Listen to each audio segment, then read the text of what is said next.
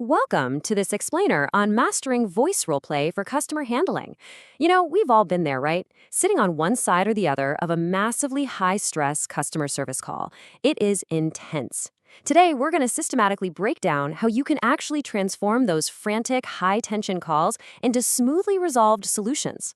By the end of this explainer, you'll see exactly how mastering just a bit of empathy and structure can completely flip the script on literally any customer interaction. So, put yourself in the hot seat for just a second. Imagine you've got a customer whose internet just totally dropped, like 3 minutes before their biggest video presentation of their entire career. When that customer is stressed, their voice is raised, the clock is ticking. How do you handle that kind of urgency? How do you step in and respond effectively without accidentally throwing gasoline on the fire? It's a really delicate balancing act, and honestly, it's the core challenge of any customer handling role play. To get a handle on this, we'll walk through the exact timeline of a call across 5 key stages today. We've got 1. The anatomy of a call. 2. Navigating the customer concern. 3. Empathy and correct information. 4. Confirmation and professional close. And 5. Crucial do's and don'ts. All right, let's jump straight into section 1, the anatomy of a call. Believe it or not, every single interaction follows a pretty distinct narrative arc. Step 1, it always starts with a customer concern. Step 2, that concern absolutely must be met with empathy. Step 3, you resolve it by providing the correct information. And finally, step 4, you wrap the whole thing up with a professional close. It's kind of like a formula, If you skip a step or even just mix up the order, the whole structure kind of collapses on itself. Moving right along to section 2, navigating the customer concern. So, the call officially kicks off with the customer concern phase. Think of this as the inciting incident of our mini-drama. This is where you establish the basic reason for the interaction. And listen, it is absolutely vital here that you are completely tuned in from the very first second. Sure, you're listening for the concrete facts of the issue, but you're also listening for the tone. What is the customer actually bringing to the table emotionally? You'll often hear something like, "I need this resolved right now." When a customer shows this level of sheer urgency, like our caller panicking about their dropped internet, the interaction has officially escalated. A real, palpable tension has been introduced that you, the advisor, have to actively manage. They aren't just giving you a polite heads up about what's wrong, they're demanding a fix, and they want it on their exact timeline. Which brings us to section 3, empathy and correct information. Okay, here is the absolute most crucial part. Before offering any facts, before pulling up any manuals or troubleshooting guides, you must execute the show empathy phase. Why? Well, because a stressed out, urgent customer literally cannot process logical facts until they feel like they've actually been heard. Empathy isn't just being nice, it's the active process of validating their stress and genuinely listening before you even think about jumping to a solution. Breaking down your response to that intense urgency we just talked about, it is entirely about utilizing active empathy. Take a look at these 3 pillars: active listening, validating the emotion, and demonstrating understanding.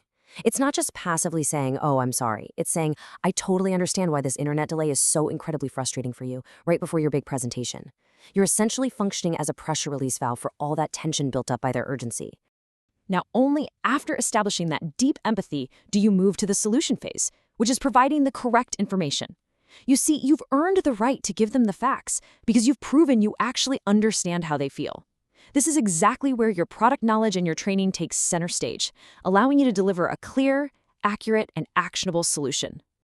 Let's look at section 4, confirmation and professional close. Even after you've provided the absolute perfect solution, you're probably going to encounter this. Are you sure this will fix the issue? Right? The customer is seeking confirmation. Remember, they've been super stressed. They need final reassurance that the correct info you just handed them is actually going to work. Keep in mind, this isn't a challenge to your authority. It's really just a plea for security. Your job right here is to confidently reassure them. Once that confirmation is firmly established and your customer finally feels secure, we move to closing the call professionally. This ensures the whole interaction ends on a highly respectful and definitive note. A really solid professional close leaves a lasting impression, and it literally transforms a previously frustrated caller into an appreciative, loyal customer.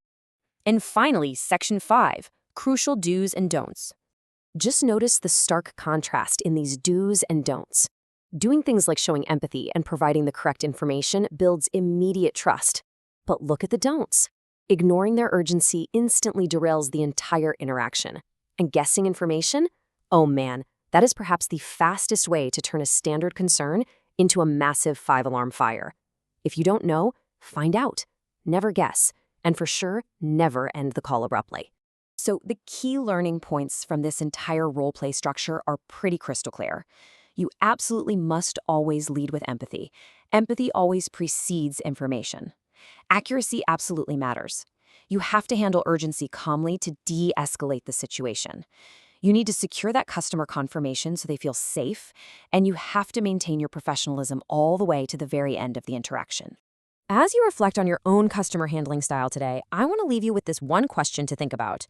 Will your next customer feel truly heard before they are helped?